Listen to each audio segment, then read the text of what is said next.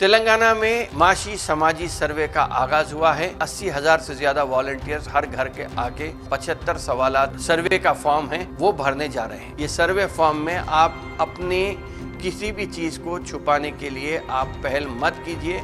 खास तौर पे तादाद जो घर के लोगों की तादाद है उसको बताने की कोशिश कीजिए। इसमें जो सबसे अहम चीजें हैं 5, 6, 7 सवाल नंबर जो हैं वो 5 ये है कि मज़हब पूछा गया है। 5वें नंबर पे आप वहाँ पे आपको इस्लाम लिखाना है। और 6ठे सवाल नंबर पे ज़ात पूछी गई है।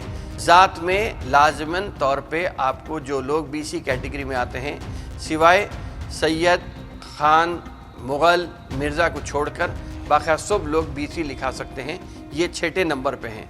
7वें नंबर पे ज़ात पूछी गई है। जो लोग A में हैं, BC A में मुस्लिम मेहतर का शुमार किया जाता है, तो जो लोग BC A में हैं वो A लिखा सकते हैं। BC B में जो लोग आते हैं वो लद्दाफ, दूधेकुला, पिंजारी, नूरबाश, ये 4 लोग BC B में आते हैं। इसके अलावा 14 तबके हैं जो BC E में आते हैं। BC E में अगर आपको किसी भी किस्म का डाउट है, आपके नाम में शेख, मोहम्मद कुछ भी ऐसा नाम रहता है, तो आपको अगर कोई BC A, BC B में अगर आप नहीं आ रहे हैं तो आप BC E में अपना नाम दर्ज करा लीजिए।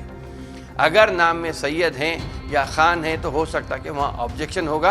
अगर ऑब्जेक्शन होता है तो फिर आपको OC में जाना पड़ेगा, वरना BC E की कैटेगरी में तकरीबन तमाम तबक़ात हमारे BC E में आते हैं, तो आपको लाजमी तौर पे ये काम करना है। 25 में ये पूछा गया है कि ज़ात का पेशा हमारे पास ज़ात का पेशा कुछ नहीं है। वो जो सवालात हैं वो ये है कि अगर कोई यादव है तो वो दूध का कारोबार करता है, अगर कोई गौड़ है तो वो शराब का कारोबार करता है, तो इससे वो आ रहा है।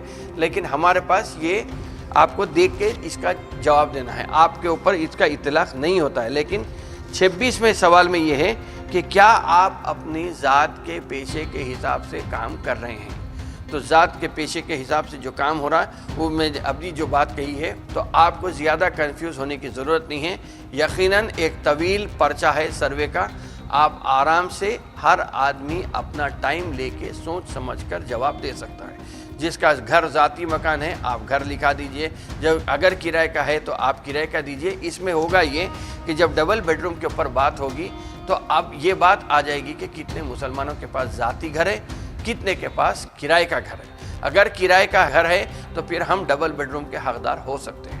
पहले हमारी तादाद आना है, तादाद के बाद फिर ये एलोकेशन जो होगा देने की बात आएंगी, हुकूमत की तरफ से जो रियायतें देने की तरफ से आएंगी, जो स्कीम बनाने की तरफ से आएंगी, उसमें हम भरपूर फ़ायदा उठा सकते हैं। बहरहाल किसी किस्म की डरने की ज़रूरत नहीं है। ये बात ज़रूर फैलाई जा रही है। देखिए ये बात कोई नई नहीं है, हर किस्म की अफवाह फैलाई जाती है। जब टीका निकला था तो उस वक्त टीके के ऊपर ये बात आई थी कि नहीं ये टीका मुसलमानों के ख़िलाफ़ है, इसीलिए लेने की ज़रूरत नहीं है।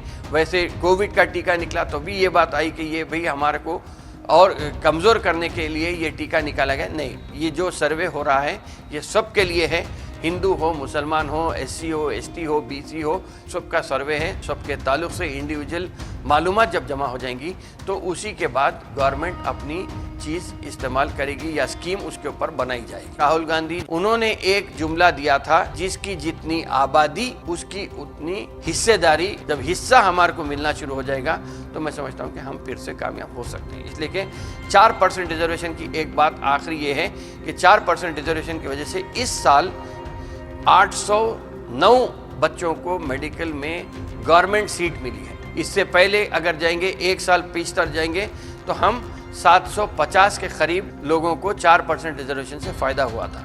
तो ये बात इस सर्वे के बाद भी हम ये समझ सकते हैं कि हमारे जो हालात हैं, जो हालात ज़िंदगी हैं, माशी, समाजी, तालीमी हो या नौकरियों से रिलेटेड हालात हैं, उसमें सुधार आ सकता है। इसमें हिस्सेदारी लेके अपने मालूमात फराहम कीजिए। इंशाअल्लाह ताला मैं समझता हूँ कि जो भी होता बेहतरी होगा।